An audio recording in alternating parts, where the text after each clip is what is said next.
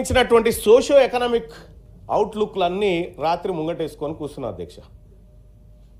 కూర్చుంటే ఏ రాష్ట్రం పర్ఫార్మెన్స్ ఏంది అనేది చూస్తే అధ్యక్ష మన బడ్జెట్ బాగుంది అధ్యక్ష, కేటాయింపులు అయితే బాగా ఉన్నాయి. కానీ ఈ బడ్జెట్లో సంక్షేమ వ్యయం అనేది ఒకటి ఉంది సార్. సంక్షేమం కోసం ఏం చేస్తూ ఉన్నాం, అది 27.9% మనం పెడతా ఉన్నాం సార్ సంక్షేమం కోసం. ఇక బహుశా ఇవి అటు ఆంధ్రప్రదేశ్ ఏమో 26 పెడతా ఉన్నాం సార్, కర్ణాటక 25%, మహారాష్ట్ర 20% పెడతా ఉన్నాం సార్. మనం ఎక్కువ శాతాన్ని సంక్షేమం వైపు తీసుకుపోతా ఉన్నాం సార్. తద్వారా కొన్ని మంచి ఫలితాలు ఉంటాయి, కొన్ని దుష్ఫలితాలు కూడా భవిష్యత్తులో మనం చూడొచ్చు సార్. ఇక విద్యా వైద్యం ప్రధానమైన సార్ ఏ దేశానికైనా. ఒక దేశం బాగుపడాలంటే ఒక మహనీయుడు చెప్తాడు, ఒక దేశం నాశనం కావాలంటే ఆ దేశంలో ఉన్న విద్యాలయాలు లేకుండా చూస్తే సరిపోతుంది అనేటువంటి మాట ఒక ఆయన చెప్తాడు సార్. సార్ అటువంటి విద్యా వ్యవస్థకు సార్, విద్యా వ్యవస్థకు తెలంగాణ రాష్ట్రం కేవలం 7.6% మాత్రమే బడ్జెట్లో కేటాయించడం అంటే ఈ ప్రభుత్వానికి విద్య పట్ల చిత్తశుద్ధి లేదు అనేది స్పష్టంగా కనిపిస్తూ ఉంది సార్. అధ్యక్ష వైద్యానికి 4.1% కేటాయించినారు సార్. ఇవి ఒకసారి ఇతర రాష్ట్రాల విషయం చూస్తే అధ్యక్ష,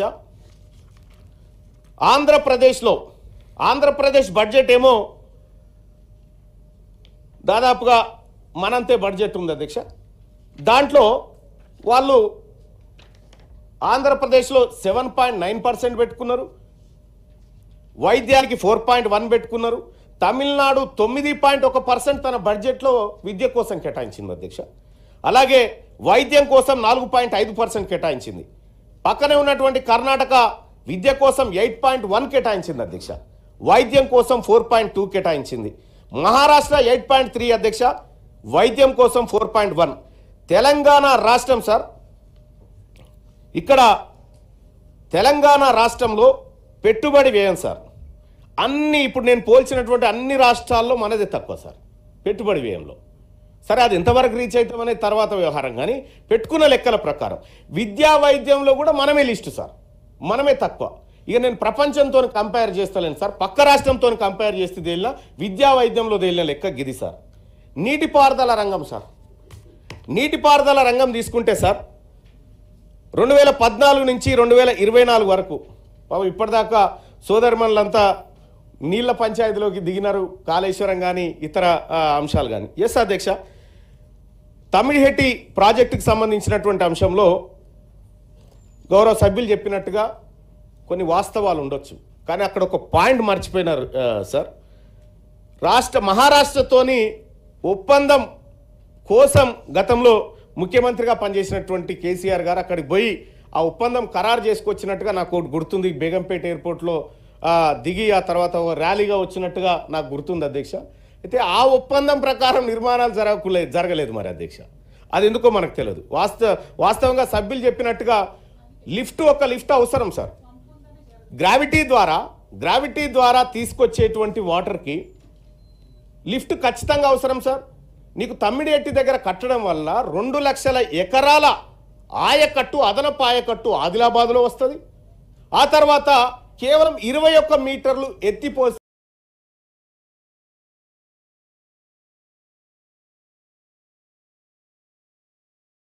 ఒకటే లిఫ్ట్, కాకపోతే అక్కడ మధ్యలో అనుమతులు, సింగరేణి అనుమతులు అనేటువంటి ఒక హార్డిల్ చెప్తా ఉన్నారు. సరే అది ఏం జరిగిందో తెలియదు, కానీ మొత్తానికైతే తమ్మిడిహెట్టికి అప్పుడు అనుమతులు రాలేదు, ఇప్పుడు కడతామని రాష్ట్ర ప్రభుత్వం టెన్షన్గా చెప్తా ఉంది అధ్యక్ష. మరి ఈ అనుమతుల సంగత లేకపోతే ఇంకొకట ఆలోచన చేయండి అధ్యక్ష. ఒకటి గమ్మత అర్థం చేసుకోవాలి, 152 మీటర్లకు సంబంధించినటువంటి చర్చ జరుగుతూ ఉంది అధ్యక్ష. 152 మీటర్ల ఎత్తులో మనం ప్రాజెక్టు కట్టడం వల్ల ముంపు పెరిగిపోతుంది, గడ్చిరోలి కానీ ఇంకొక చోట్ల ముంపు పెరిగిపోతుంది అనేటువంటి ఒక మాట వచ్చింది అధ్యక్ష. నీకు నిజంగా స్టోరేజ్ అంతే ఉండాలంటే మీదికి ఎందుకు అధ్యక్ష, భూమి లోపల 2 మీటర్లు దొరికితే కాదా, సేమ్ స్టోరేజ్ కదా. అంటే నీవు స్టోరేజ్ విషయానికి వచ్చినప్పుడు ఆ విధంగా చేయొచ్చు అధ్యక్ష. కానీ అందులో రకరకాల అంశాలు వచ్చినాయి.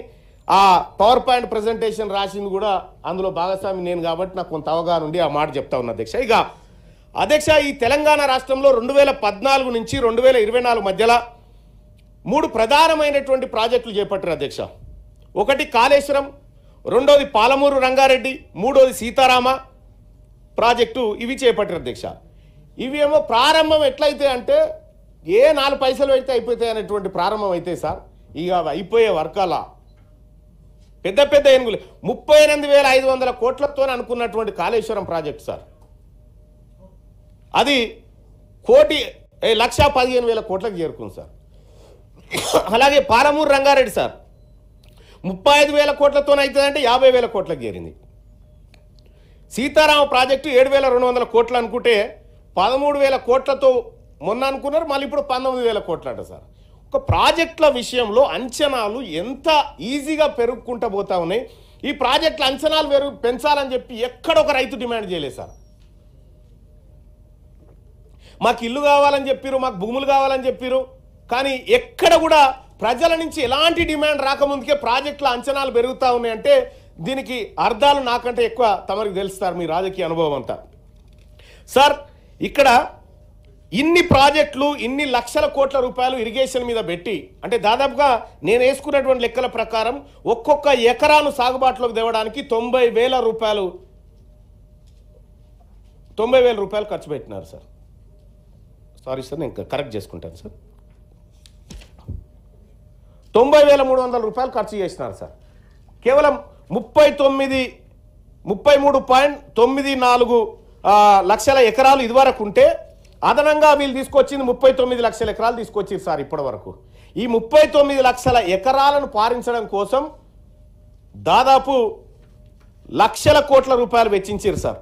ఈ ఒక్క రంగం మీద పెట్టిన తర్వాత ఈ రంగం మీద ఇంత పెట్టుబడి పెడుతున్నాం కదా, మరి రాష్ట్రంలో 3 రంగాలు ఉంటాయి సార్.